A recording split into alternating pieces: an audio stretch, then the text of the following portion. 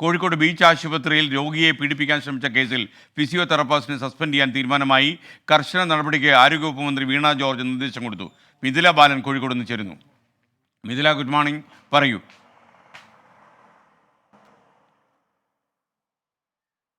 Good morning എസ്കേൻ. കഴിഞ്ഞ ബുധനാഴ്ചയായിരുന്നു ഈ ഒരു സംഭവം കോഴിക്കോട് ബീച്ച് ജനറൽ ആശുപത്രിയിൽ ഉണ്ടായത്. അവിടെ ചികിത്സയ്ക്കെത്തിയ പെൺകുട്ടിക്കാണ് ഇത്തരത്തിൽ അതിക്രമം നേരിടേണ്ടി വന്നത്. അവിടുത്തെ ഫിസിയോതെറാപ്പിസ്റ്റിൽ നിന്നാണ് ഇത്തരത്തിലുള്ള അതിക്രമം നേരിടേണ്ടി വന്നത്.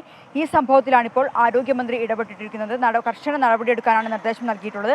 ഈ ഫിസിയോതെറാപ്പിസ്റ്റിനെ സസ്പെൻഡ് ചെയ്യും എന്നാണ് നിലവിൽ നമുക്ക് ലഭ്യമായിട്ടുള്ള വിവരം. ഈ ഒരു സസ്പെൻഷൻ ചെയ്തുകൊണ്ടുള്ള ഉത്തരവ് അല്പസമയത്തിനകം പുറത്തിറങ്ങിയേക്കും. അതേസമയം തന്നെ ഈ കേസുമായി ബന്ധപ്പെട്ട പോലീസ് അന്വേഷണവും പുരോഗമിക്കുന്നുണ്ട്. പ്രതി ഇപ്പോൾ ഒളിവിലാണ് എന്നാണ് വെള്ളയിൽ പോലീസിൽ നിന്നും നമുക്ക് മനസ്സിലാക്കാൻ കഴിയുന്നത്. എസ്കേൻ.